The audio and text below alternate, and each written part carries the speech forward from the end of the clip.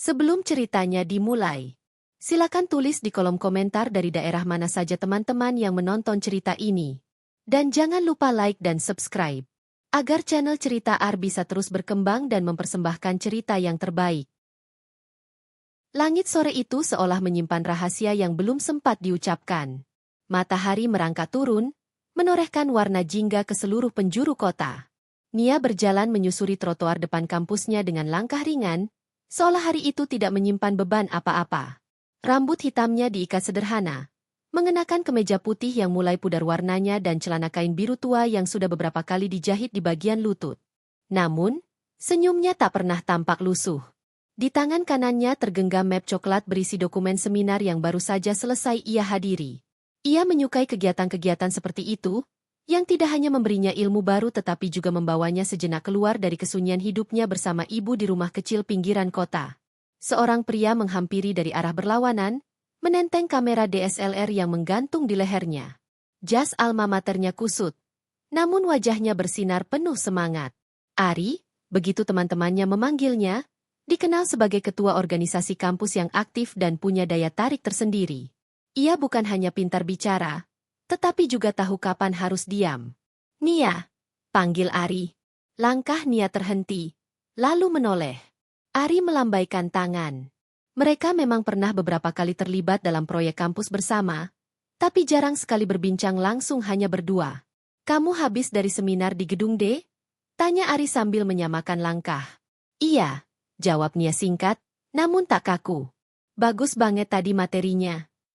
Aku yang susun rundowunnya, kata Ari sambil tersenyum bangga. Senang kalau kamu suka. Nia hanya tersenyum. Tak banyak bicara, tapi matanya memancarkan penghargaan. Kamu belum makan kan? Aku mau ke kantin. Temenin? Tanya Ari. Nia ragu sejenak, lalu mengangguk. Kantin sore itu sepi. Hanya ada beberapa mahasiswa yang tampak santai dengan laptop dan kopi sachet. Ari memilih duduk di pojok dekat jendela. Mereka memesan nasi goreng dan teh tawar. Obrolan mengalir ringan. Tentang seminar, tentang organisasi, tentang tugas akhir. Nia mendengarkan lebih banyak daripada berbicara. Tapi Ari tidak terganggu. Justru ia menikmati bagaimana Nia bisa membuat dia menjadi nyaman. Kamu tinggal di mana, Nia? Tanya Ari saat piring mereka hanya menyisakan remah. Di daerah Cendana. Rumah kecil di belakang pasar. Sama ibu. Ayah? Sudah meninggal. Waktu aku SMP. Ari mengangguk pelan. Ia tidak membalas dengan kalimat simpati seperti yang biasa orang lain ucapkan. Ia hanya memandang Nia dengan mata yang lebih dalam. Kamu kuat ya? Aku rasa nggak semua orang bisa sekuat itu. Aku hanya menjalani hidup. Ari. Nggak merasa kuat atau hebat. Yang penting aku nggak menyerah. Obrolan itu menjadi awal dari banyak pertemuan mereka selanjutnya. Tidak ada yang berlebihan. Tidak ada bunga atau puisi. Tapi Nia mulai merasa hari-harinya punya warna baru. Ari mulai sering mengajaknya rapat organisasi, memintanya jadi notulen, atau sekadar bertukar pikiran. Mereka berbeda. Ari dengan keluarga besar yang sering ia ceritakan. Tentang ibu yang sangat disiplin dan ayah yang keras tapi adil. Tentang rumah megah mereka di perumahan elit. Tentang adik-adiknya yang bersekolah di luar negeri. Sementara Nia hanya punya ibu yang bekerja dari rumah. Seolah hanya ibu dan ia yang ada di dunia ini. Tapi meski hidup mereka sederhana, Nia tak pernah merasa kekurangan. Ibu mengajarkannya tentang kerja keras dan harga diri. Hubungan mereka perlahan tumbuh, meski tanpa janji. Ari mulai terbiasa mengetuk pintu rumah kecil Nia setiap Sabtu pagi, membawakan sarapan untuk dimakan bersama di teras. Ibu Nia menerimanya dengan ramah, meski sorot matanya tetap penuh waspada. Kamu yakin laki-laki seperti dia bakal tahan hidup sederhana, Nia? Tanya ibunya suatu malam. Aku nggak tahu, Bu. Tapi dia nggak pernah mempermasalahkan apapun tentang kita. Belum mempermasalahkan. Tapi akan ada waktunya orang-orang seperti dia merasa malu punya istri dari keluarga seperti kita. Nia terdiam. Ia tidak ingin berpikir sejauh itu. Baginya, Ari adalah orang yang berbeda. Ia bukan hanya melihat latar, tapi juga hati. Hari-hari berlalu. Nia lulus lebih dulu dari Ari karena masuk kuliah setahun sebelumnya. Ia memilih bekerja sebagai guru les privat sambil membantu ibunya mengatur pembukuan toko online mereka. Di balik kesederhanaan itu, ibunya masih menyimpan seluruh jaringan bisnis mobil mewah yang dulu dikelola bersama almarhum suaminya. Tapi semua itu kini disimpan rapi di bawah nama orang lain. Biarkan orang mengira kita biasa saja, kata ibu suatu malam. Aku tidak ingin kamu hidup dikejar orang yang mencintai hartamu, bukan dirimu. Nia mengerti. Ia menjalani hari-harinya seperti biasa. Hingga suatu sore, Ari datang membawa berita. Aku lulus, Nia. Akhirnya. Dan aku sudah mulai kerja minggu depan di kantor papa. Nia tersenyum, bahagia untuknya. Dan aku mau kamu jadi bagian dari rencanaku ke depan. Aku udah ngomong ke orang tuaku. Aku mau nikah sama kamu. Dunia Nia terasa berhenti sejenak. Ia tidak tahu harus tertawa atau menangis. Bahagia, tentu. Tapi juga takut. Ibuku dia agak keras. Tapi aku akan usahakan. Aku akan buktikan kalau kamu adalah pilihan terbaikku. Dan begitulah, Ari membawa Nia ke rumah megahnya untuk pertama kali. Sebuah rumah besar 3 lantai dengan taman depan luas dan pilar-pilar marmer. Nia menunduk saat melangkah masuk. Bu Rani menyambut mereka dengan pandangan menilai. Matanya menyapu Nia dari ujung kepala hingga kaki. Ini Nia? Tanyanya datar. Iya, Bu, jawab Ari mantap. Kuliah di mana tadi? Ari bilang. Universitas Negeri. Orang tuanya. Ayahnya sudah meninggal, Bu. Ibunya kerja dari rumah. Bu Rani tidak berkata apa-apa, hanya mengangguk kecil. Tapi Nia tahu betul apa arti tatapan itu. Ia pernah melihat tatapan seperti itu pada orang-orang yang memandang rendah ibunya saat masih berjualan sendiri di pasar. Pertemuan itu hanya berlangsung singkat, namun meninggalkan kesan dalam yang tak bisa hilang. Di perjalanan pulang, Nia hanya diam. Ari menggenggam tangannya. Aku tahu ibuku belum bisa terbuka. Tapi beri dia waktu. Aku yakin beliau akan lihat siapa kamu sebenarnya. Nia mengangguk pelan. Tapi hatinya tak seoptimis kata-kata Ari. Sejak hari itu, Ari makin sering memperjuangkan Nia. Tapi Bu Rani pun makin terang-terangan menolak. Ia mengatur pertemuan dengan anak pejabat untuk Ari, mencoba menjodohkan, menyusun alasan-alasan mengapa Nia tidak pantas masuk ke keluarganya. Dia tidak punya apa-apa. Masa depan kalian akan seperti apa? Kamu bakal menghidupi dia dan ibunya? Begitu suara keras Bu Rani pada Ari di malam. Ari mengutarakan niat menikahi Nia. Iya, Bu. Kalau memang itu yang harus aku lakukan, aku siap. Aku cinta Nia. Cinta? Cinta tidak cukup buat hidup, Ari. Pak Rahmat, ayah Ari, hanya duduk diam, memandangi anaknya. Saat akhirnya ia bicara, suaranya pelan namun tegas. Kalau anakmu sudah siap, dan dia yakin, izinkan saja. Biarkan hidup yang mendidik mereka. Bu Rani tak menjawab, hanya bangkit dari kursinya dan masuk ke kamar. Beberapa minggu kemudian, pernikahan sederhana pun direncanakan. Nia dan Ari menikah di sebuah gedung sewaan kecil. Ibu Nia datang hanya membawa senyum dan pelukan. Tidak ada kemewahan, tidak ada pesta besar. Tapi cinta mengisi ruangan lebih dari cukup. Nia resmi menjadi istri Ari. Namun ia tahu, tantangan sesungguhnya baru saja dimulai.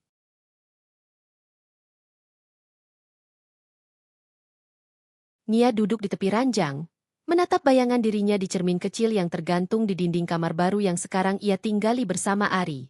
Ruangan itu berada di lantai 2 rumah besar milik keluarga Ari. Dindingnya bercat putih gading, lemari kayu besar di pojok ruangan, dan ranjang empuk yang terlalu megah untuk ukuran Nia. Tapi di balik kemewahan itu, hatinya gelisah. Sudah 3 hari ia resmi menjadi menantu keluarga itu, dan sejak hari pertama, ia belum pernah melihat senyum di wajah Bu Rani. Wanita itu begitu dingin, dan setiap kali bicara padanya, selalu bernada perintah. Nia, tolong ke dapur. Lihat apakah pembantu sudah menyiapkan sarapan untuk Ari. Kamu istri, bukan tamu. Kalimat itu diucapkan pagi tadi, bahkan sebelum Nia sempat menyapa mertuanya. Ia mengangguk dan langsung menuju dapur, meski tak tahu harus melakukan apa. Ari, seperti biasa, berangkat lebih awal ke kantor. Ia berusaha menghibur Nia setiap malam, tapi kelelahan kerja membuatnya cepat tertidur. Sabar ya, Nia. Ibu memang keras, tapi nanti juga akan luluh. Kamu cuma butuh waktu. Nia mencoba percaya, tapi setiap hari terasa makin sulit. Bahkan saat ibunya datang mengantar pakaian tambahan ke rumah, Bu Rani menyambut dengan wajah masam. Oh, ibu kamu datang? Kirain pengantar laundry. Ucapan itu menusuk. Tapi ibu Nia tersenyum, tetap sopan, dan hanya berkata, saya cuma ingin memastikan Nia nyaman di sini. Kalau nggak nyaman, bisa tinggal di tempat lain, sahut Bu Rani pelan, namun sengaja dikeraskan agar terdengar. Hari-hari Nia berubah menjadi rangkaian tugas-tugas kecil yang terasa seperti ujian. Membantu di dapur, menyusun rak, membersihkan meja makan, hingga menyajikan teh setiap sore. Semua itu dilakukan tanpa bantuan pembantu. Karena Bu Rani menyuruh cuti pembantu hanya agar Nia belajar mandiri sebagai istri. Nia tidak mengadu pada Ari. Ia tak ingin Ari kecewa. Tapi dalam diamnya, ia mencatat setiap luka. Malam-malamnya dihabiskan dengan menahan tangis di kamar mandi. Ia tidak ingin Ari melihat air matanya. Tapi ia pun tidak tahu sampai kapan bisa bertahan. Dan semua itu baru permulaan.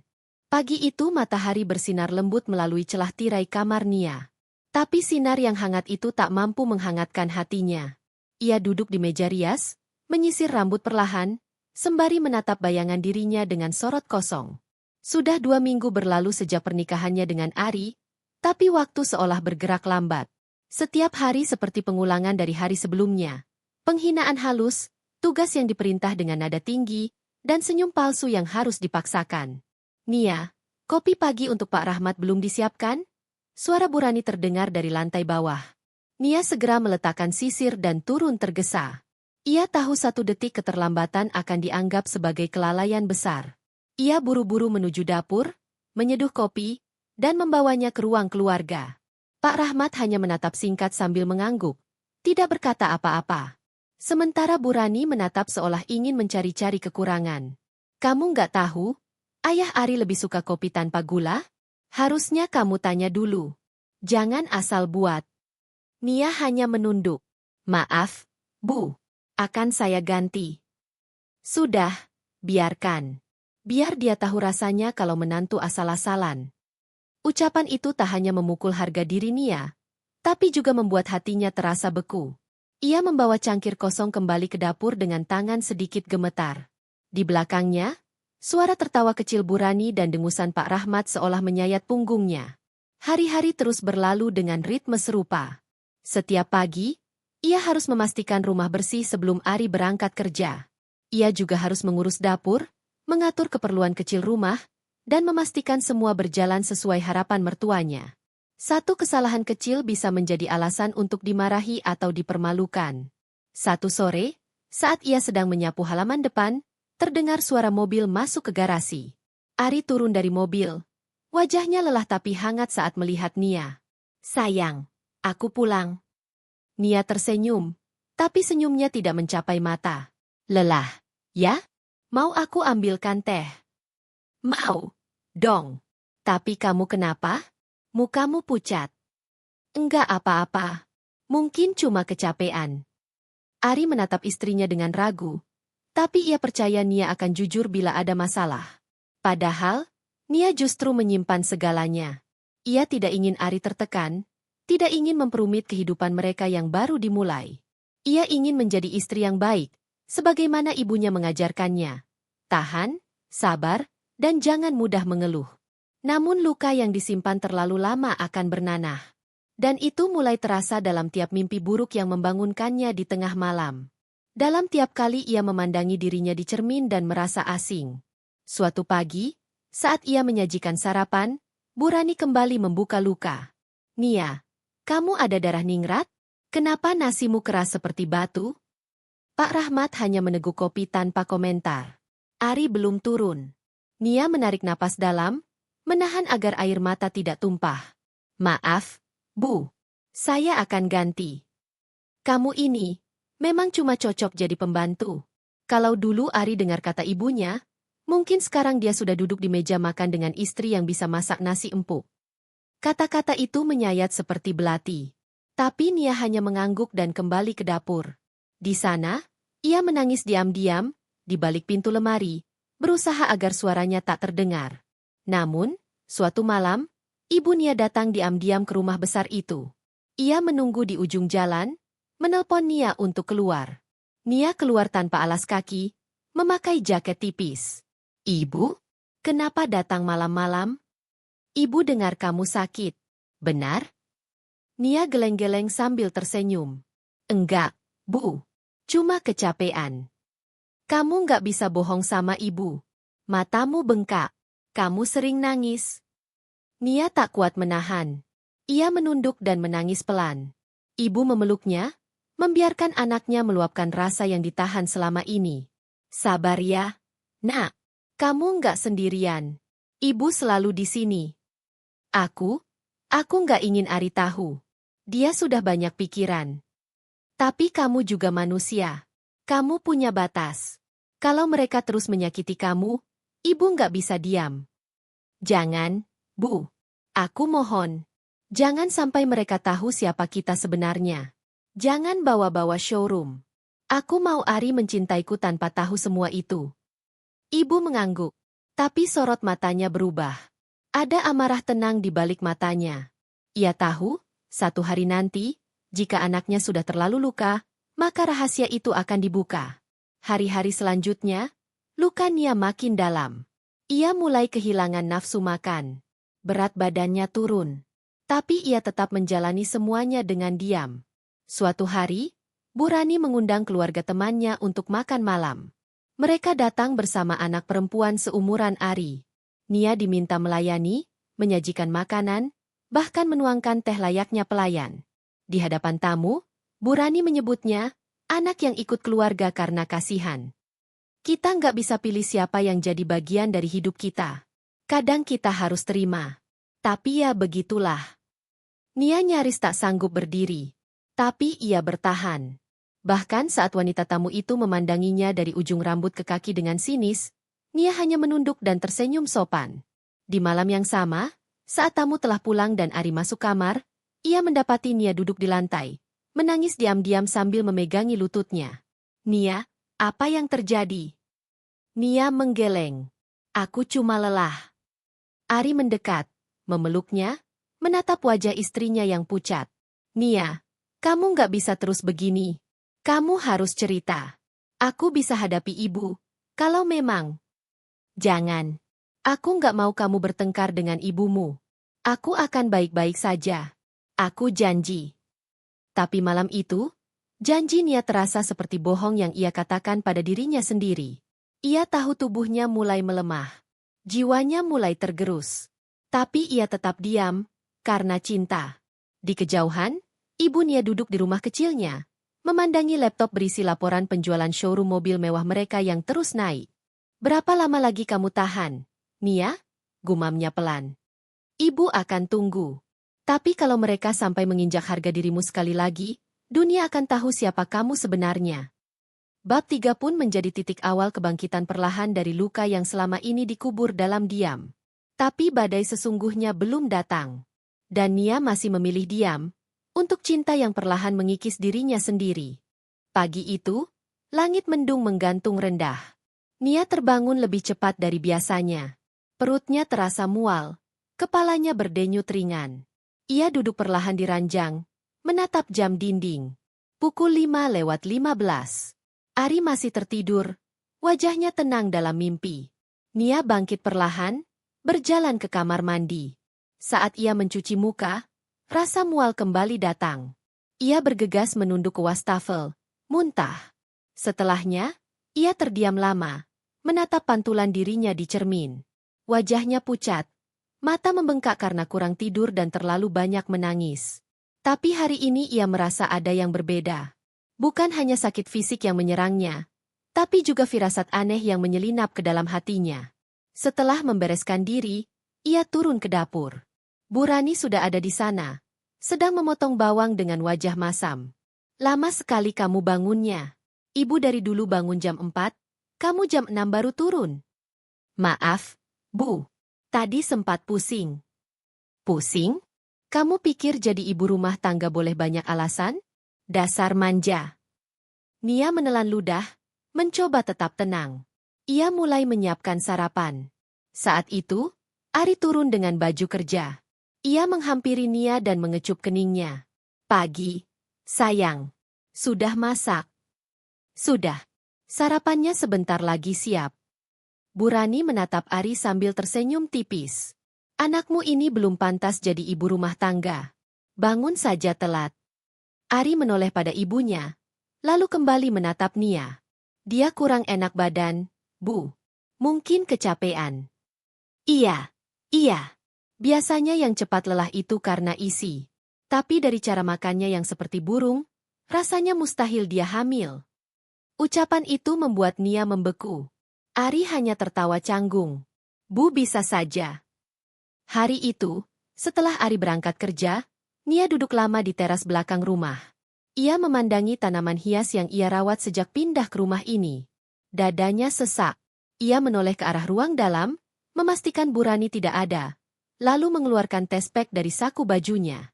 Ia sudah membelinya diam-diam 3 hari lalu, tapi selalu ragu untuk memakainya.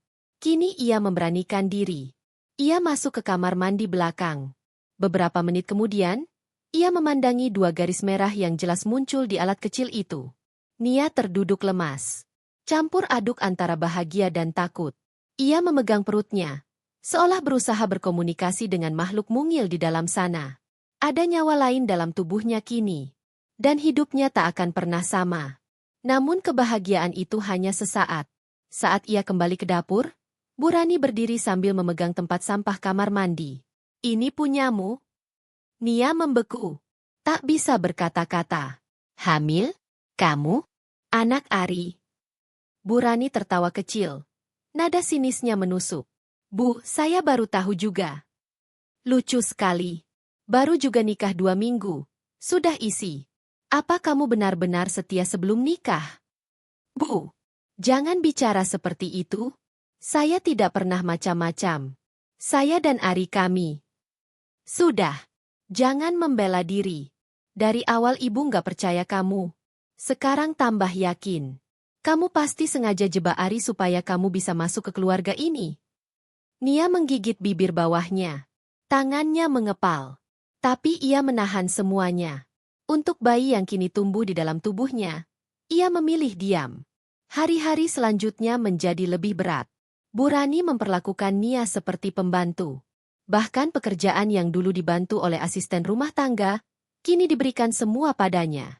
Ia menyikat kamar mandi, mengepel lantai, mencuci tumpukan pakaian, bahkan mengelap jendela lantai 2 sambil menahan mual yang datang tiba-tiba. Namun ia tetap diam. Ari pun belum tahu. Nia masih menunggu waktu yang tepat untuk mengatakannya.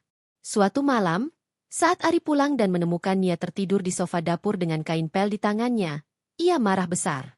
Ibu, kenapa Nia bersihin rumah sendirian malam-malam begini? Dia sampai ketiduran di sini. Bu Rani hanya mendesis. Dia itu suka cari simpati. Sakit-sakitan, lemah, tapi baru 2 minggu nikah sudah isi. Kalau bukan perempuan licik, apa? Ari membelalakan mata. Apa maksud ibu? Isi. Bu Rani menatapnya tajam. Kamu belum tahu? Dia hamil. Dan ibu curiga itu bukan anakmu. Ari menatap Nia yang masih tertidur dengan napas berat. Ia berlutut di dekatnya, membelai rambut istrinya perlahan. Nia bangun, sayang. Nia terbangun perlahan. Melihat wajah Ari, matanya langsung basah. Maaf, aku belum sempat bilang. Aku takut kamu tambah stres. Tapi aku benar-benar, ini anak kita. Ari memeluknya, mengabaikan tatapan ibunya. Aku percaya kamu, Nia. Aku tahu kamu nggak mungkin lakukan hal seperti itu. Namun malam itu menjadi titik pecah antara Ari dan ibunya. Sejak itu, Ari mulai membatasi komunikasi antara Nia dan Bu Rani. Tapi luka-luka lama tak sembuh begitu saja. Nia tetap tinggal di rumah itu, dengan atmosfer yang makin dingin. Pak Rahmat pun mulai ikut bersuara. Suatu hari saat sarapan, ia bicara kepada Ari. Kamu yakin perempuan ini pantas jadi ibu dari anakmu? Lihat dirinya. Lemah. rapuh, nggak punya kelas. Orang tuanya pun nggak jelas. Ari meletakkan sendoknya perlahan. Ayah, saya harap jangan bicarakan istri saya seperti itu. Dia mungkin sederhana, tapi dia jauh lebih kuat dari yang ayah pikirkan. Nia menunduk. Tapi di dalam hatinya, sesuatu mulai tumbuh. Bukan lagi luka, tapi keberanian. Untuk anak dalam kandungannya. Untuk harga dirinya. Ia tak akan diam selamanya. Dan di malam yang sama, Ibu Nia kembali menghubunginya. Nia, showroom kita akan masuk ke majalah bisnis edisi bulan depan. Mereka ingin wawancara kamu sebagai salah satu pewaris utama. Nia terdiam lama. Lalu ia menjawab pelan. Tunda dulu, Bu. Aku belum siap. Tapi kalau mereka menyentuh anakku, aku janji, aku sendiri yang akan membuka semuanya. Ibu di seberang telepon tidak berkata apa-apa. Tapi ia tahu, putrinya kini sudah berubah. Badai yang selama ini ditahan, sebentar lagi akan lepas dari bendungannya. 2 minggu setelah peristiwa malam itu, ketegangan di rumah semakin terasa. Nia hidup dalam kehati-hatian, seperti berjalan di atas pecahan kaca.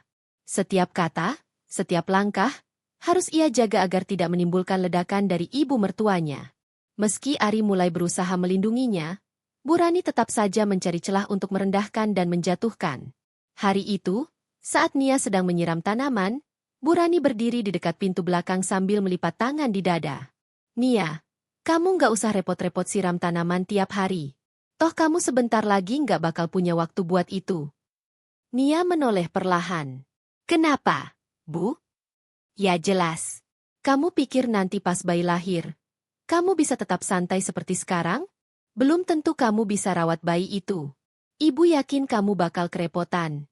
Anak kampung sepertimu paling cuma bisa lahirin, tapi nggak bisa ngurus. Kalimat itu membuat dada Nia sesak. Ia memilih membisu, melanjutkan menyiram tanaman, padahal air mata mulai menggantung di ujung matanya. Hari berikutnya, Nia pergi ke dokter kandungan ditemani Ari. Di ruang tunggu, Ari menggenggam tangannya erat. Ia tahu Nia sedang tidak baik-baik saja, tapi Nia jarang menceritakan semuanya. Ia hanya bilang, aku bisa tahan. Setelah pemeriksaan, dokter mengatakan bahwa kehamilannya berjalan baik dan janin tumbuh sehat. Tapi tekanan emosional bisa membahayakan, apalagi di trimester pertama.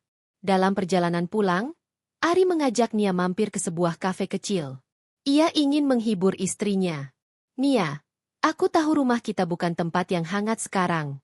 Tapi aku ingin kamu tahu, aku di pihakmu. Selalu.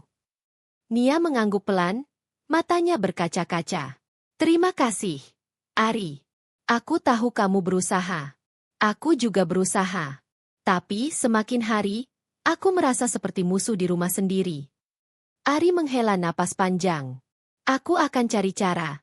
Nia, kita nggak bisa terus begini. Beberapa hari kemudian, sebuah undangan datang ke rumah. Sepupu Ari akan menikah, dan seluruh keluarga besar diundang. Bu Rani langsung menyuruh Nia ikut, dengan alasan agar keluarga besar bisa melihat bahwa Ari telah menikah. Tapi kamu jangan macam-macam. Jangan dandan berlebihan.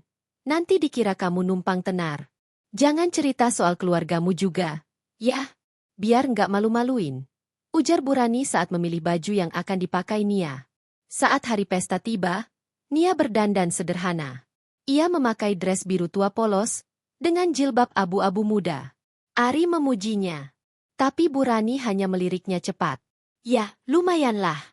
Nggak terlalu kampungan. Di acara itu, Nia banyak diam. Ia berdiri di dekat Ari, menyapa beberapa tamu yang bertanya padanya. Namun ada satu kejadian yang membuat hatinya semakin tergores. Seorang tante dari pihak Ari bertanya dengan nada menyindir. Kamu kerja atau cuma di rumah aja? Saya bantu usaha orang tua, Bu. Sebelum menikah. Usaha apa? Warung kecil, ya? Nia hanya tersenyum, menahan getir di tenggorokannya. Ari yang mendengar itu langsung menggenggam tangan Nia. Namun di tengah acara, ketika Nia ke toilet, ia mendengar 2 perempuan dari keluarga Ari sedang bergosip. Itu istrinya Ari, ya? Nggak sepadan banget.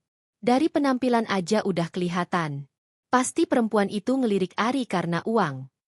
Iya, dan katanya hamil. Cepat banget. Yah, jangan-jangan ya kamu tahulah. Nia menahan napas. Ia menunduk, keluar dari toilet dengan kepala tertunduk. Tapi saat melewati lorong menuju ruang utama, ia bertemu dengan ibu mertuanya. Kamu nguping, ya? Memang benar apa yang mereka bilang. Kamu bukan dari kalangan kita. Nia, kamu nggak akan bisa cocok. Saya tidak pernah mencoba cocok, Bu. Saya hanya berusaha menjadi istri yang baik. Tapi kamu gagal. Kamu cuma beban buat Ari. Dan kamu tahu apa yang paling membuat ibu benci? Kamu membawa anak dari rahimmu yang belum tentu layak disebut cucu ibu. Itu ucapan yang membuat dada Nia seperti terbakar. Tapi ia tetap menunduk, melangkah pergi perlahan. Malamnya, saat mereka sampai di rumah, Nia mengurung diri di kamar. Ari mengetuk pintu beberapa kali, tapi Nia hanya menjawab, "Aku capek. Mau istirahat." Di dalam kamar, Nia menatap foto kecil ayahnya yang ia simpan dalam dompet. Ia ingat nasihat sang ayah, martabat itu bukan untuk dijual, nak. Tapi juga jangan biarkan orang menginjaknya. Keesokan paginya, Nia menelepon ibunya. Bu, aku pikir mungkin waktunya aku bicara. Apa kamu yakin, Nia? Iya. Aku akan tetap sabar. Tapi aku juga nggak akan terus diam saat harga diriku diinjak-injak. Di ruang tamu, Bu Rani dan Pak Rahmat sedang duduk. Nia masuk dengan langkah tenang. Saya mau bicara, Bu, Pak. Keduanya menoleh. Saya tahu saya tidak sempurna. Saya juga tidak berasal dari keluarga yang kalian harapkan. Tapi saya tidak datang ke sini dengan tangan kosong. Saya datang membawa cinta untuk Ari, dan niat tulus membangun keluarga. Tapi kalian tidak pernah melihat itu. Kalian hanya melihat penampilan saya, status saya, dan keluarga saya. Dan itu menyakitkan. Bukan karena saya tidak tahan. Tapi karena saya sedang mengandung cucu kalian, dan saya tidak ingin anak saya tumbuh dalam kebencian. Bu Rani tertawa sinis. Kamu pikir dengan pidato begitu, kamu bisa dapat simpati kami? Nia menggeleng. Saya tidak minta simpati. Saya hanya ingin kalian tahu, saya bukan perempuan lemah seperti yang kalian pikirkan. Ia lalu berjalan pergi, meninggalkan mereka yang terdiam. Malam itu, Nia dan Ari duduk berdua di balkon kamar. Nia menyandarkan kepalanya di bahu Ari. Aku akan kuat, Ari. Demi anak ini. Demi kita. Tapi kalau suatu hari aku harus bertindak, aku harap kamu tetap ada di sisiku. Ari mengecup kening istrinya. Aku akan selalu bersamamu, Nia. Apapun yang terjadi. Dan langit malam menjadi saksi janji dua hati yang mulai menyusun kekuatan, perlahan namun pasti, untuk menghadapi badai yang lebih besar di depan mereka. Hari-hari berlalu dengan atmosfer yang tak kunjung membaik. Setelah keberanian Nia menyampaikan isi hatinya kepada mertua, suasana rumah seolah menjadi dua kutub yang saling bertentangan. Di satu sisi, Ari mencoba menjadi jembatan, menenangkan kedua belah pihak. Di sisi lain, Bu Rani tampak tidak menerima keberanian Nia, bahkan menganggapnya sebagai bentuk pembangkangan. Namun, di balik semua itu, ada satu hal yang tak diketahui siapapun. Nia mulai mencatat semua kejadian yang ia alami. Ia menyimpan semua itu dalam sebuah buku catatan kecil yang ia sembunyikan di dalam laci kamarnya, di bawah tumpukan syal dan kerudung. Setiap ucapan yang menyakitkan, setiap perlakuan yang menorehkan luka, ia tulis. Bukan untuk membalas, tetapi agar kelak jika waktunya tiba, ia tidak lupa akan semua yang telah ia lalui. Suatu siang, saat Ari pergi bekerja, Bu Rani menghampiri kamar Nia tanpa mengetuk. Ia masuk dan mendapati Nia sedang duduk di atas tempat tidur, membaca buku. Kamu ini, ya, udah nggak sopan. Ibu panggil dari bawah, nggak nyaut. Malah asyik baca. Nggak kayak perempuan hamil pada umumnya, kerjaanmu cuma duduk aja. Nia menutup buku perlahan. Saya sedang istirahat, Bu. Dokter menyarankan begitu. Dokter? Dokter itu nggak tahu apa-apa tentang rumah tangga. Kamu pikir kamu bisa hidup seenaknya di rumah ini? Kalau kamu nggak bantu kerja, minimal jangan bikin Ari tambah stres. Nia menarik napas pelan, menunduk.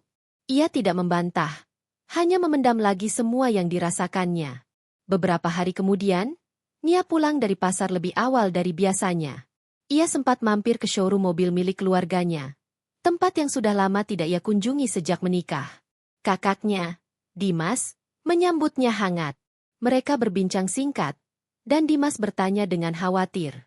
"Kamu yakin baik-baik saja di sana, Nia?" "Aku baik, Mas.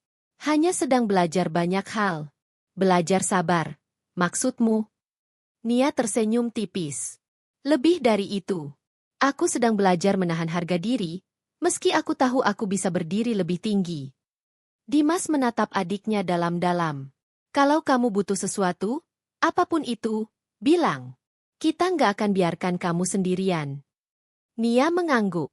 "Terima kasih, Mas. Tapi aku ingin mencoba bertahan dulu. Aku ingin tahu seberapa jauh aku bisa kuat." Sepulangnya ke rumah, Nia mendapati Ari sedang duduk di teras, menatap layar ponselnya dengan wajah letih. "Kenapa, Mas?" "Aku baru dari kantor. Ibu kirim pesan panjang soal kamu, soal rumah, soal semuanya. Aku bingung harus gimana. Nia, aku sayang ibu, tapi aku juga nggak bisa terus-menerus biarin kamu disalahkan." Nia duduk di sebelahnya. "Aku ngerti, Ari. Aku nggak pernah minta kamu untuk memilih.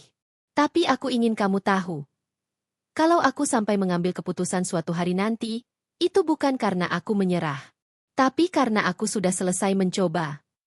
Ari mengangguk pelan, menggenggam tangan Nia erat. Malamnya, Nia merenung di depan cermin. Ia menatap perutnya yang mulai membuncit. Anak itu tumbuh dengan segala tekanan yang ia terima. Ia tak ingin anak itu lahir dalam suasana yang penuh luka. Ia ingin anaknya bangga punya ibu sekuat dirinya. Dan itu hanya bisa terjadi jika ia berdiri tegak, bukan terus membungkuk di bawah hinaan. Keesokan harinya, sebuah kejadian mengubah segalanya.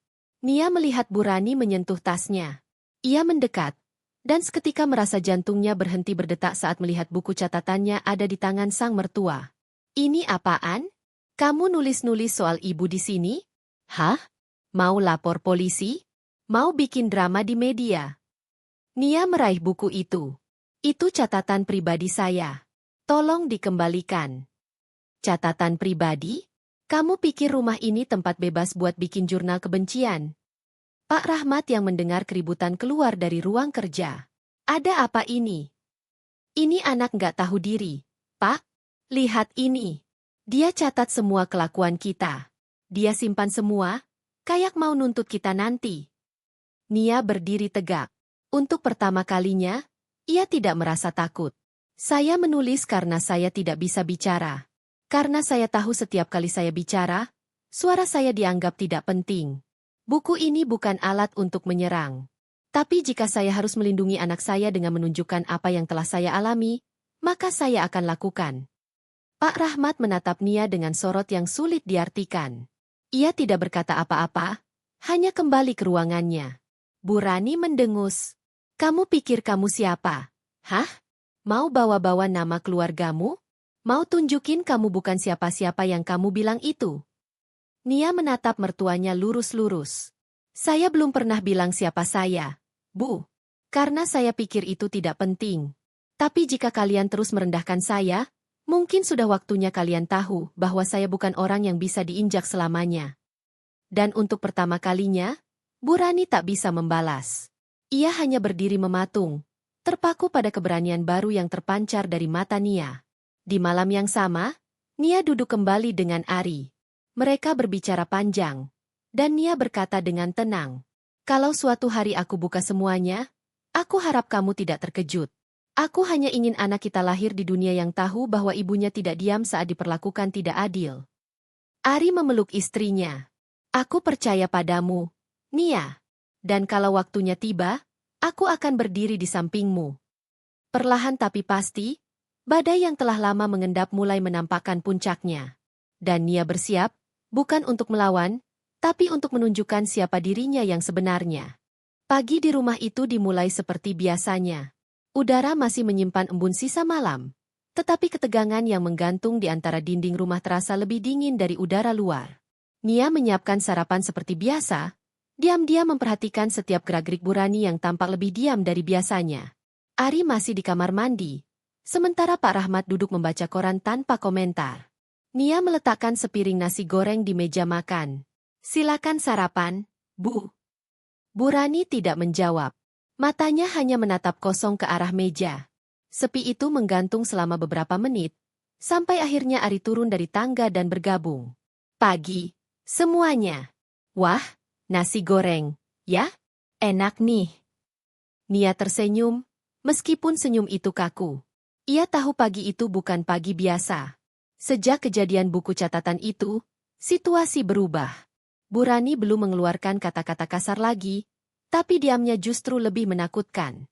Diam yang menyimpan dendam, atau mungkin keterkejutan yang belum selesai. Pak Rahmat meletakkan koran dan menatap Bu Rani. "Makan, Bu. Dinginnya nanti." Bu Rani akhirnya menyendok nasi goreng sedikit. Tapi baru satu suapan, ia sudah mengeluh. Asinnya kebangetan. Ini masak pakai perasaan atau cuma asal tuang garam? Nia hanya menunduk. Ari menoleh ke ibunya. "Bu, menurut aku udah pas kok." "Ya, tentu aja kamu belain istrimu. Nggak bisa dibilangin." Ari menghela napas.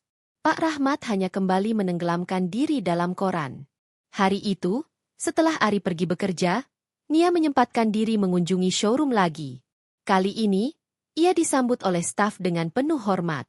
Sebagian besar dari mereka belum tahu bahwa Nia adalah pemilik sebenarnya, tetapi ada aura berbeda yang mulai terasa dari kedatangannya belakangan ini. Ia memeriksa laporan penjualan, menyimak tren pasar, dan memberikan beberapa saran yang langsung dicatat oleh kepala divisi. Dimas menghampirinya saat ia sedang memeriksa daftar pelanggan VIP. "Kamu makin sering ke sini, nih. Aku lagi butuh ruang, Mas. Rumah itu makin sumpek. Kapan kamu mau buka semuanya? Aku tahu kamu nahan karena anak itu. Tapi kamu juga harus ingat, kamu punya warisan dan harga diri." Nia mengangguk pelan. "Aku tahu. Tapi aku juga masih berharap ada sedikit perubahan." "Sedikit saja, Mas." Dimas tidak menanggapi. Ia tahu adiknya tidak akan berubah pendirian hanya karena tekanan. Nia terlalu keras kepala dalam hal itu. Ia akan tetap diam sampai titik terjauh kesabarannya habis. Sore harinya, saat Nia pulang, ia mendapati suasana rumah lebih sunyi dari biasanya. Bu Rani tidak terlihat di ruang tamu. Pak Rahmat tidak tampak di ruang baca. Hanya ada Ari yang duduk dengan ekspresi gelisah di ruang makan. "Mas, kenapa?" Ari menoleh. "Ibu tahu soal showroom." Nia terdiam. "Tadi siang ada tetangga yang lihat kamu keluar dari showroom. Terus mereka ngobrol sama ibu waktu belanja di pasar. Katanya, kamu itu pemilik tempat itu, bareng keluargamu." Nia menghela napas dalam. "Aku belum pernah bilang siapa aku. Tapi aku juga nggak pernah menutupi sepenuhnya. Kalau orang tahu, itu di luar kuasa aku." Ari mengangguk. "Aku ngerti. Tapi kamu harus siap, Nia. Ini bisa jadi besar." Belum selesai mereka bicara, langkah kaki terdengar dari arah tangga. Bu Rani muncul dengan wajah pucat. Napasnya tersengal. Tangan kirinya menggenggam pegangan tangga dengan erat. "Ibu." Ari segera berdiri. "Nia, kamu bohong sama keluarga ini. Kamu hina ibu diam-diam. Kamu rendahkan kami. Kamu." Nia berdiri, panik. "Bu, saya nggak pernah hina ibu. Saya cuma mencoba bertahan." Bu Rani mundur selangkah. Napasnya makin berat. "Kamu pura-pura miskin. Kamu pikir kamu lebih baik dari kami, ya?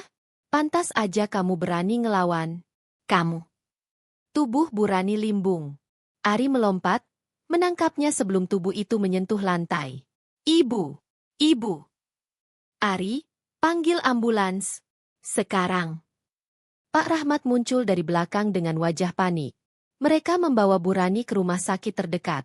Seluruh perjalanan dipenuhi isak panik dan ketakutan. Di UGD, dokter segera mengambil tindakan. Setelah beberapa waktu, kabar itu datang. "Ibu Anda mengalami serangan stroke ringan. Tapi kondisinya stabil. Untuk sementara, kami akan melakukan observasi intensif." Nia terdiam. Perasaan bersalah menekan dadanya. Tapi di sudut hatinya, Ia tahu bahwa ini bukan akibat dari kejahatan, melainkan kebenaran yang selama ini dikubur. Ari duduk di kursi tunggu, menunduk. Aku nggak tahu ini salah siapa. Tapi rasanya semua pecah sekarang. Nia. Nia menatap suaminya dengan mata berkaca-kaca. Aku cuma ingin dihargai. Aku cuma ingin ibu berhenti menyakiti. Aku nggak pernah ingin ini terjadi. Pak Rahmat menatap mereka berdua dari kejauhan. Ia mendekat dan duduk perlahan. Mungkin kita semua salah. Kita pikir anak perempuan itu lemah. Kita pikir diamnya artinya setuju. Tapi sekarang saya tahu, diam Nia bukan karena takut. Tapi karena ia menghormati kita. Untuk pertama kalinya, Nia merasa ada satu orang di rumah itu yang mulai melihat dirinya dengan mata berbeda. Namun, badai belum reda. Apa yang terjadi pada Burani adalah awal dari retakan yang lebih besar. Sebuah rahasia telah terbuka, dan segalanya tidak akan pernah sama lagi. Hari-hari di rumah itu berubah sejak Burani dirawat di rumah sakit. Suasana rumah jadi sunyi, bukan karena tidak ada suara, tetapi karena terlalu banyak kata yang ingin diucapkan namun tertahan. Ari pulang kerja lebih cepat dari biasanya, sering menghabiskan waktu di rumah sakit. Pak Rahmat pun tampak lebih banyak termenung, sesekali berbicara singkat dengan Nia, dengan nada yang jauh lebih lembut dari sebelumnya. Nia tetap menjalankan rutinitas seperti biasa, menyiapkan makanan, membersihkan rumah, menjaga ritme seolah semuanya baik-baik saja. Tapi dalam diamnya, ada luka yang pelan-pelan terbuka. Ia tak pernah menyangka pengungkapan identitasnya bisa sedahsyat itu dampaknya. Suatu malam, ketika Ari pulang dari rumah sakit, ia mendapati Nia sedang duduk di ruang tamu, menatap kosong keluar jendela. Di tangannya ada muk teh yang sudah dingin. Kondisi ibu stabil, kata Ari sambil duduk di sebelahnya. Tapi dokter bilang, pemulihan bisa lama. Ada bagian tubuh yang agak lemah, terutama tangan kirinya. Nia mengangguk. Aku ikut prihatin. Aku tahu ibu keras, tapi aku juga nggak pernah berdoa agar dia jatuh sakit. Ari menatap wajah istrinya. Aku tahu kamu nggak jahat, Nia. Aku tahu kamu nyimpan banyak luka selama ini. Tapi jujur, aku kaget juga. Ternyata kamu dan keluargamu pemilik showroom mobil itu. Kenapa kamu nggak pernah bilang? Bahkan ke aku? Nia menunduk. Aku pengen tahu siapa yang benar-benar menghargai aku tanpa tahu latar belakangku. Aku pengen hidup sederhana, bukan disanjung karena uang atau status. Tapi aku juga salah. Mungkin terlalu diam. Aku pikir diam itu cukup. Ari menyentuh tangan Nia. Aku merasa bersalah karena membiarkan kamu menghadapi ibu sendirian. Aku terlalu percaya kalau kamu bisa tahan. Tapi sekarang aku sadar, kamu selama ini berkorban terlalu banyak. Hening kembali menyelimuti mereka. Keesokan harinya, Nia datang ke rumah sakit sendiri. Ia membawa bubur kesukaan Burani, berharap bisa menunjukkan niat baik. Saat masuk ke kamar rawat, Burani sedang duduk lemah, tatapannya menerawang keluar jendela. Di meja samping, ada surat kabar dan beberapa buah tangan dari tamu. Assalamualaikum, Bu. Sapa Nia sambil tersenyum tipis. Burani menoleh perlahan. Tatapannya dingin, tapi tidak sekeras sebelumnya. Saya bawakan bubur ayam kesukaan ibu. Masih hangat. Sudah cukup kamu pura-pura baik. Kamu menang, kan? Sekarang semua orang tahu siapa kamu. Terhormat. Dan kami cuma keluarga biasa. Bu, saya nggak pernah ingin menang. Saya cuma ingin diterima. Saya rela tinggal di rumah ini tanpa membawa nama siapa-siapa. Hanya ingin menjadi bagian keluarga. Tapi selama ini saya merasa dihina, direndahkan. Dan saya hanya diam karena saya menghargai ibu sebagai orang tua. Burani menahan napasnya. Tangannya yang lemah bergerak sedikit, mencoba menggapai cangkir air mineral. Nia sigap membantunya. Tapi Burani menepis pelan. Saya bisa sendiri, katanya lemah. Baik, Bu. Tapi izinkan saya tetap di sini. Kalau ibu butuh sesuatu, saya akan bantu. Tak ada balasan. Nia duduk di kursi dekat jendela, menatap pepohonan yang bergoyang pelan tertiup angin sore. Dalam diam itu, ada rasa sesak, ada luka yang belum sembuh, tapi juga ada benih harapan. Beberapa hari berikutnya, kondisi Burani perlahan membaik. Ia mulai bisa berbicara lebih lancar, meski tangan kirinya masih sulit digerakkan.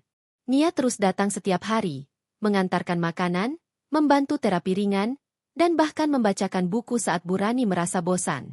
Pak Rahmat yang menyaksikan semua itu dari kejauhan, perlahan mulai menunjukkan kehangatan yang selama ini tertutup. Suatu malam, ia duduk bersama Nia di teras rumah.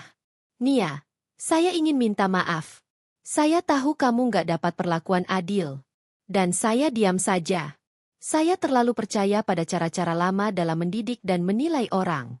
Tapi kamu membuktikan bahwa kamu lebih kuat dari yang kami kira. Nia tersenyum pahit. Saya cuma ingin ibu mengerti bahwa saya bukan musuh.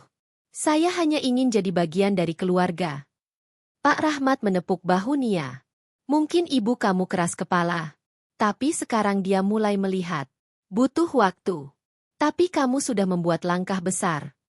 Waktu terus berjalan. Nia dan Ari makin terbuka satu sama lain. Mereka mulai membicarakan masa depan dengan lebih jujur, termasuk kemungkinan tinggal sendiri setelah kondisi Bu Rani pulih sepenuhnya. Namun, di luar rumah itu, mulai terdengar desas-desus. Nama Nia dan showroom keluarganya mulai jadi bahan perbincangan di lingkungan sekitar. Beberapa ibu-ibu tetangga mulai membandingkan, mencibir, bahkan ada yang tiba-tiba mendekat, menjilat. Ternyata Nia itu orang kaya. Ya, pantes diam-diam elegan banget. Nggak pernah pamer. Tapi luar biasa sih, nggak sombong. Iya, makanya kemarin suaminya Ari itu kelihatan panik waktu ibunya sakit. Katanya karena syok tahu menantunya punya showroom. Nia mendengar semua itu tanpa menanggapi. Tapi Ari mulai gelisah. Ia tahu desas-desus itu bisa menekan ibunya lebih jauh. Dan benar saja. Suatu hari di rumah sakit, Bu Rani bertanya, "Apa kamu bangga sekarang, Nia? Semua orang bicara tentang kamu. Tentang showroom mewah itu. Tentang keluarga kamu yang katanya dermawan dan kaya raya. Saya tidak bangga karena itu, Bu. Tapi saya bangga karena saya tidak pernah membalas ibu dengan kebencian.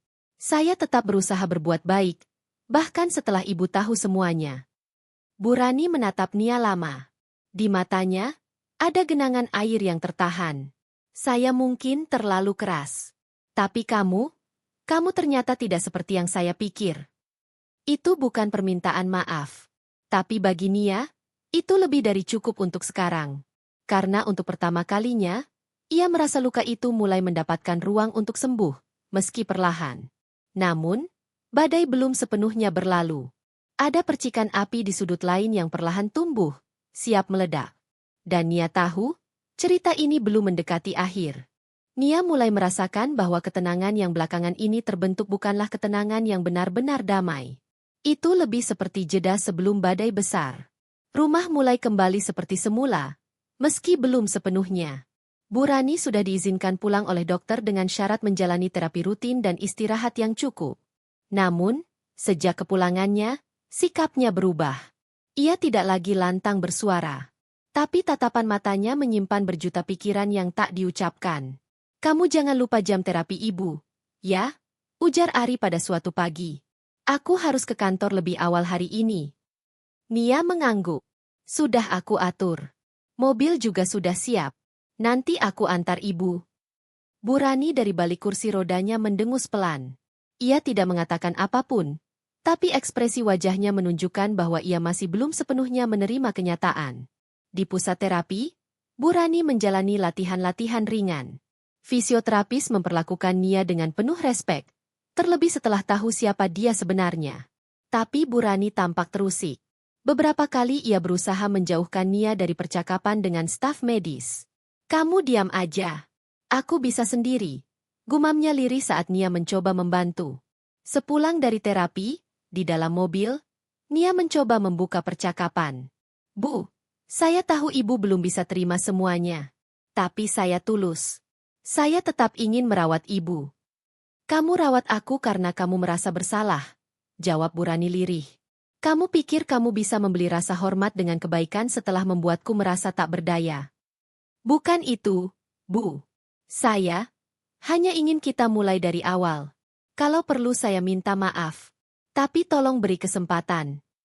Bu Rani memalingkan wajah ke jendela. Tidak ada kata-kata lagi hingga mereka sampai di rumah. Hari-hari berikutnya, tekanan datang dari luar. Wartawan lokal mulai mencari tahu lebih banyak tentang keluarga Nia. Beberapa mencoba menggali cerita tentang showroom dan pemiliknya yang misterius. Bahkan salah satu tetangga, Bu Linda, mencoba mendekat hanya untuk menggali informasi. Nia, kamu hebat ya. Bisa nyembunyiin semua itu. Kalau aku jadi kamu, udah pamer dari dulu. Showroom kamu itu katanya masuk daftar 5 besar nasional, ya? Nia tersenyum tipis. Itu usaha keluarga. Saya cuma bantu sedikit. Wah, Ari beruntung banget dapat istri kamu. Tapi, ya denger-denger, ada yang gak senang tuh di rumahmu. Ucapan itu menusuk. Di malam hari, Nia merenung di kamarnya. Ia tahu, percikan konflik baru telah menyala. Bu Rani mungkin tidak berteriak lagi, tapi diamnya kini lebih tajam. Ari semakin sulit menjaga keseimbangan antara keluarga dan rumah tangga. Dan di luar, dunia mulai menekan dengan rasa ingin tahu yang tak mengenal batas. Untuk pertama kalinya sejak awal pernikahannya, Nia merasa bahwa waktunya hampir tiba. Waktu untuk mengambil langkah besar yang akan menentukan segalanya. Dan di saat itulah, sebuah surat datang ke rumah. Amplop putih, tanpa nama pengirim. Isinya hanya sebaris kalimat. Kebenaran belum semuanya terungkap. Bersiaplah. Nia menggenggam surat itu erat. Tangannya gemetar. Ia menatap jendela yang gelap. Dalam hatinya, ia tahu bahwa semua yang selama ini tersembunyi, tak lama lagi akan terbongkar. Sepenuhnya. Pagi itu langit mendung, seakan mengisyaratkan sesuatu akan terjadi. Nia duduk di meja makan sambil menatap surat misterius yang ia terima kemarin. Kalimat singkat dalam surat itu terus mengiang di pikirannya, kebenaran belum semuanya terungkap. Bersiaplah. Ia mencoba menyimpan surat itu di laci dapur, tetapi hatinya tidak tenang. Ia belum memberitahu Ari, belum juga menunjukkan kepada siapapun. Rasa penasaran bercampur khawatir membuat pagi itu terasa lebih panjang dari biasanya. Tak lama kemudian, Ari datang dari kamar dengan wajah lesu. Aku nggak tidur nyenyak semalam, katanya. Aku mimpi buruk. Tentang ibu. Tentang kamu. Tentang showroom itu. Nia hanya menatapnya. Ia tahu, mungkin ini saat yang tepat untuk bicara. Tapi mulutnya masih enggan terbuka. Tiba-tiba terdengar suara mobil berhenti di depan rumah. Nia melongok lewat jendela. Sebuah mobil hitam mengkilap berhenti. 2 orang pria berbaju rapi turun, membawa map dan koper kecil. Mereka mengetuk pintu. Ari menyambut mereka. Ada yang bisa kami bantu? Kami dari Notaris Darmawan Urekan. Kami diutus oleh Ibu Ningsih, ibu dari Nia. Ada hal penting yang perlu disampaikan langsung kepada keluarga. Ari menoleh ke arah Nia, penuh tanya. Nia menegang. Mereka duduk di ruang tamu. Salah satu dari mereka membuka mapnya. Kami membawa surat wasiat dan pernyataan sah milik ibu kandung Nia, berkaitan dengan aset keluarga, termasuk showroom mobil, tanah, dan rumah. Berdasarkan isi dokumen, sebagian besar kepemilikan showroom kini berada di bawah nama Nia sebagai ahli waris utama. Kami diminta mengonfirmasi kepada pihak keluarga suami, dan memastikan bahwa Nia telah menyampaikan hal ini. Ari melirik ke arah istrinya. Kamu belum cerita soal ini ke aku. Nia menelan ludah. Aku baru tahu surat ini akan dikirim hari ini. Aku memang tahu aku akan dapat warisan itu, tapi aku belum tahu detailnya sampai sekarang. Pria itu menambahkan, kami juga ingin memberitahukan bahwa showroom tersebut akan menjalani audit internal besar. Ada penyusup informasi dari luar yang kami duga mencoba merusak citra perusahaan. Kami meminta Ibu Nia untuk lebih berhati-hati karena situasi ini menyangkut reputasi besar. Setelah para notaris pergi, rumah menjadi sangat sepi. Jadi, kamu benar-benar pewaris utama showroom itu? Tanya Ari. Iya. Tapi aku nggak ingin hidup kita berubah karena ini. Aku tetap ingin sederhana. Aku cuma ingin hidup tenang dengan kamu dan keluargamu. Tapi hidup kita sudah berubah. Nia, ibu semakin tidak tenang. Orang-orang mulai membicarakan kita. Dan sekarang, ini? Sore harinya, Bu Rani duduk di teras, melihat pohon jambu yang baru dipangkas. Nia mendekat perlahan, membawa teh hangat. Bu, saya ingin bicara. Saya sudah dengar dari Ari. jawab Burani tanpa menoleh. Tentang surat warisan itu. Jadi kamu memang benar-benar kaya? Iya, Bu. Tapi kekayaan itu nggak mengubah niat saya. Saya tetap ingin jadi menantu ibu yang baik. Tapi kamu menyembunyikan semuanya sejak awal. Kamu menipu kami. Kamu biarkan saya memperlakukanmu seperti pembantu. Kalau kamu langsung bilang, mungkin saya nggak akan sekejam itu. Justru karena itu, Bu. Saya ingin dicintai sebagai Nia, bukan pewaris showroom. Saya ingin ibu menyayangi saya karena saya istri Ari, bukan karena saya punya apa. Burani terdiam. Tangannya yang gemetar mencengkeram pegangan kursi roda. Lalu ia menoleh perlahan, matanya berkaca-kaca. Saya tidak butuh menantu kaya. Saya butuh menantu yang setia dan hormat. Dan kamu? Ternyata kamu bertahan lebih kuat dari yang saya bayangkan. Nia duduk di sebelahnya, menahan air mata. Bu, saya nggak akan pergi. Saya ingin merawat ibu, dengan ikhlas. Saya mohon beri saya kesempatan. Burani menghela napas panjang. Untuk pertama kalinya sejak ia sakit, ia meraih tangan Nia. Kalau saya keras, itu karena saya takut. Takut kehilangan kontrol. Takut anak saya salah pilih.